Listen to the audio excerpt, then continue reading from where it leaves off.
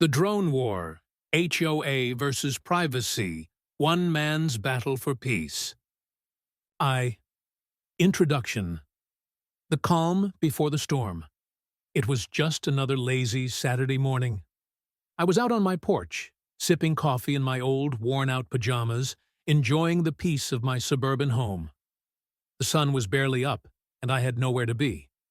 Then I heard it, the unmistakable buzz of a drone. I thought I was imagining it at first, but there it was, inches away from my ear, buzzing like a mechanical mosquito. I swatted at it, but it didn't go away. Instead, it hovered in place, its tiny camera lens staring down at me like it was judging my choice of morning attire. Then, from behind my fence, I heard a voice. "Smile, it's a compliance check." Of course, it was Emily. The self-proclaimed queen of the neighborhood, armed with a clipboard, binoculars, and an attitude that screamed, "I'm in charge here." Emily was no ordinary neighbor. She was the head of our HOA, a position that had given her way more power than anyone had anticipated. After her husband was voted in as HOA president, Emily decided it was time to enforce her idea of order. And now she was doing it through the air, with a drone. Senti poi tu fans, Titi. Emily's reign of control. At first, Emily's rules were innocuous enough. Complaints about lawn heights, unapproved porch furniture, and mismatched outdoor rugs. But once she took over the HOA, things escalated quickly. She started measuring the grass in everyone's yards, sending violation notices for the smallest infractions. One week, it was a neighbor's improperly coiled garden hose. The next, it was someone else's patio umbrella, being too bright. It didn't take long before Emily's fixation on control shifted into something more disturbing. Surveillance. One morning, I was out grilling some ribs, minding my own business, when the drone appeared again. It floated above me, a mechanical sentinel, zooming in on my grill as if it was taking notes. I waved it away, but it just hovered higher, circling my pool like it was waiting for me to jump in so it could cite me for unauthorized splashing. Meanwhile, Emily was perched on her ladder, clipboard in hand, documenting everything. It was creepy. Stalkerish, even. This wasn't about keeping the neighborhood safe. It was about power, and she was loving every minute of it.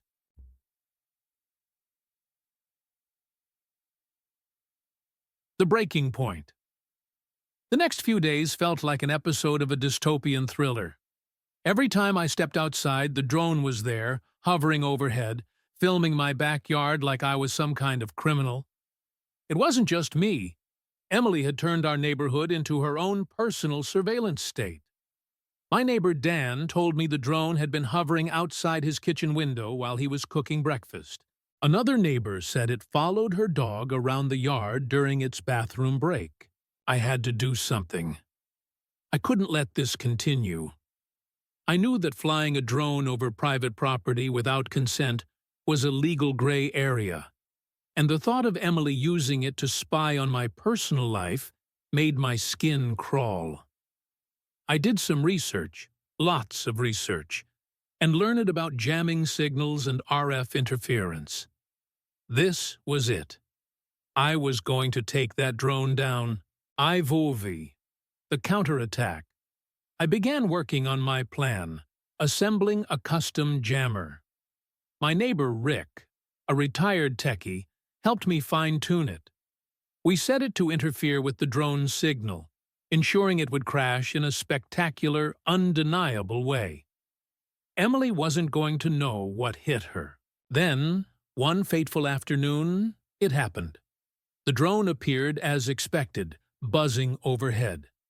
I calmly grabbed my device, aimed it at the drone, and hit the switch. For a moment, nothing happened. Then, The drone jerked to the side as if it had a mind of its own, spiraling out of control.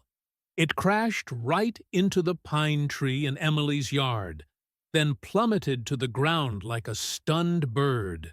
I walked over to it, snapped a photo, and texted it to Emily with the message, "You dropped something. V." Emily's retaliation. Of course, Emily didn't take this lightly.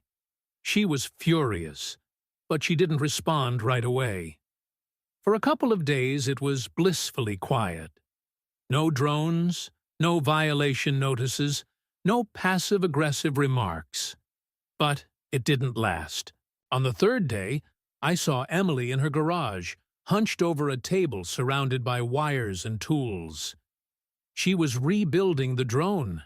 It was bigger this time, quieter, and far sleeker than the last one. Emily wasn't done. She was just getting started. That night, the new drone appeared, gliding smoothly over the neighborhood like a hawk. Emily had upgraded her tech and her obsession. Vi. The neighborhood responds. Emily's drone was back with a vengeance, and she wasn't just targeting me anymore. Neighbors started receiving violation notices for things as ridiculous as having too many decorative garden gnomes or using unauthorized garden lighting. Emily's overreach was becoming unbearable. The neighborhood was fed up, and a quiet rebellion began. People started asking me for help. One neighbor even brought me a pie in exchange for setting up a privacy screen over her backyard. Emily's reign was crumbling, and the community was beginning to rally. 7th, the HOA meeting showdown. At the next HOA meeting, Emily did the unthinkable. She proposed a new rule requiring mandatory drone inspections for all homes. Her reasoning? It was for community safety and aesthetic compliance. She was playing the long game, trying to make her drone surveillance legitimate. But the room didn't buy it. People started speaking out, sharing their frustrations and horror stories. The crowd grew louder with each complaint. When my turn came, I didn't need to say much. I simply plugged in my laptop, played the footage of Emily's drone hovering outside people's windows, and let it speak for itself. The room was silent, the footage undeniable. Emily's smile faltered, and she tried to defend herself, but it was too late. The community had seen enough. 8. The aftermath. By the end of the meeting, Emily had been removed from any decision-making roles within the HOA. Her power, built on fear and surveillance, had evaporated. The neighborhood breathed a collective sigh of relief. But Emily wasn't done. She tried to get petty revenge, filing false complaints and making life difficult for everyone, but her influence was gone. The once feared HOA queen had become a joke. People started standing up to her, laughing when she passed by, no longer afraid. 9. Conclusion. A new beginning. Life in the neighborhood returned to normal. Better than normal, even. People were more connected, more united. The streets were filled with laughter, barbecues, and children playing freely in their yards. The HOA, once a looming presence, had transformed back into something helpful, not controlling. As for me, I kept the broken drone as a trophy, a symbol of our collective victory. But the real reward was the peace we regained. Emily's reign had ended, not with a bang, but with a crash. An epic, hilarious crash that had brought the entire neighborhood together. What do you think?